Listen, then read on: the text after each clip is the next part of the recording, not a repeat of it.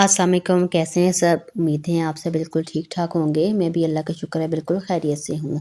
तो आज हम बनाएँगे बहुत ही रिफ्रेशिंग सा ऑरेंज जूस। घर पर जो है वो बनाना बहुत ही आसान है। सबसे पहले हमने जो है ऑरेंजेस जो है तकरीबन ये 2 दर्जन थे मेरे पास। ये ले ली, इनको कटिंग करके इनका जूस निकाल लेंगे। आप चाहे तो हाथ से इसको जूस निकाल लें या चॉप ब्लेंडर में डाल के निकाल लें, या इस तरह जैसे मैंने इसका जूस निकाला है आप इसका सबसे पहले जूस जो है वो अलग कर लेंगे।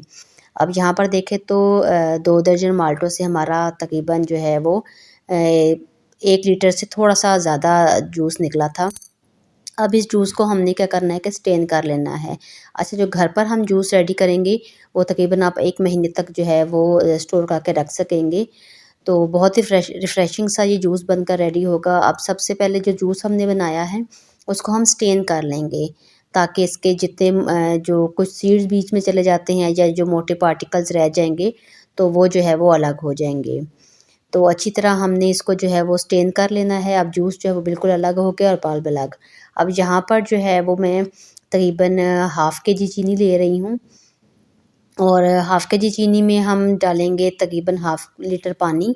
और इसको पानी जो है वो डालने के बाद फ्लेम जो है वो मीडियम टू लो रख लें, या हमने जस्ट इसको चीनी को जो है वो डिज़ोल्व करना है।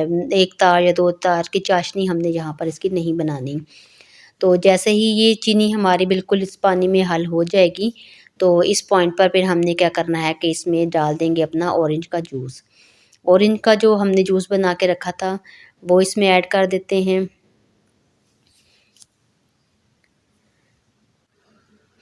ऑरेंज जूस ऐड करने के बाद हमने इसको इतना पकाना है कि ये थोड़ा-सा गाढ़ा होना स्टार्ट हो जाए, ठीक है? तो ये जो उसके ऊपर झाग आएगी इसका कोई नुकसान नहीं है। ये आप चाहें तो उतार भी सकते हैं, ना भी उतारें तो कोई मसला नहीं है। यहाँ पर हमने 3 नींबू ले लिए थे और नींबू को निचोड़ लिया था। ना तो उसके सीड इसमें जाने चाहिए नींबू के, और ना ही उसका जो पल्प होता है। हमने जस्ट इसका और नींबू का जूस इसमें डालना है। तो अब ये जो ऊपर झाग ज़्यादा सारी बन गई है, ये थोड़ी-थोड़ी हम उतार देंगे, ना भी उतारें तो इससे फ़र्क नहीं पड़ेगा।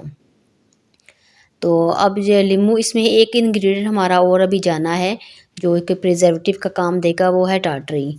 तो यहाँ पर चूल्हा जो है वो बिल्कुल मैंने लो कर दिया था, क्योंकि काफ़ी हद तक ये हमारा जो जूस है ये गाढ़ा हो चुका है। तो आज की हमारी रेसिपी आपको कैसी लगी? पसंद आए तो लाइक और शेयर ज़रूर कीजिएगा, और चैनल पर नए हैं तो चैनल को सब्सक्राइब करना मत भूलिएगा। तो काफ़ी हद तक हमारा जो जूस है ये गाढ़ा हो चुका है। तो अब इसको जो है हम ठंडा करने के लिए रख देते हैं। जब थोड़ा ठंडा होगा तो इसका कलर भी देखें, कोई हमने इसमें आर्टिफ़िशियल कलर हमने नहीं डाला है, ठीक है? तो इसका अपना ही कलर बहुत अच्छा आया है। अब इसको बनाते हैं। यहाँ पर 2 हिस्से हमने ले लिया है ये ऑरेंज का जूस, और बाकी जो है 2 हिस्से हम डाल देंगे इसमें पानी, और इसमें साथ बर्फ़ ऐड करेंगे। आप इसमें चाहें तो थोड़ा-सा काला नमक भी यहाँ पर ऐड कर सकते हैं अपने टेस्ट के मुताबिक।